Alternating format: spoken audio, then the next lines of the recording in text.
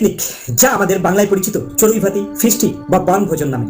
কিন্তু আজ যে পিকনিকের ছবি আমাদের কাছে পরিচিত, তার কিন্তু বিবর্তন ঘটে ইউরোপীয় সংস্কৃতি থেকে। অষ্টাদশ শতাব্দীতে ফ্রান্সের অভিজাত শ্রেণীর হাত ধরেই জনপ্রিয় হয়ে ওঠে এই পিকনিক।